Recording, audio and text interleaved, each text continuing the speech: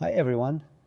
Before we begin modeling, I'd like to share something I usually do when starting a concept or preparing to model based on an existing concept.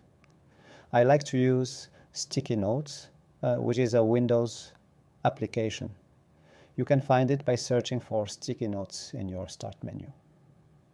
It's simple and convenient for jotting down ideas. Of course, you can use any tool you prefer, like Word or a notepad, but I personally like using Sticky Notes. I'll use it to take notes about all the objects we're going to model. For example, I'll start with those items. The room, 3 lamps. We'll have 3 different lamps.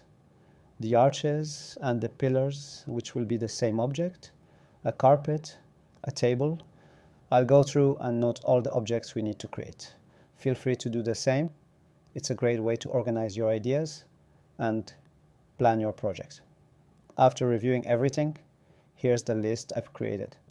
Room, lamps, arches and pillars, carpet, cushion, curtains, candle, plant, screen, small table, sofa, lute, wooden structure, window. We'll start by modeling the room, focusing on the basic shape as a blocking stage. This first step is about laying the groundwork, so it doesn't need to be overly detailed or amazing. It's just to establish the base structure. We'll get started with the modeling in the next video. If you enjoyed this video, don't forget to hit the like button and subscribe for more Blender tutorials. See you soon.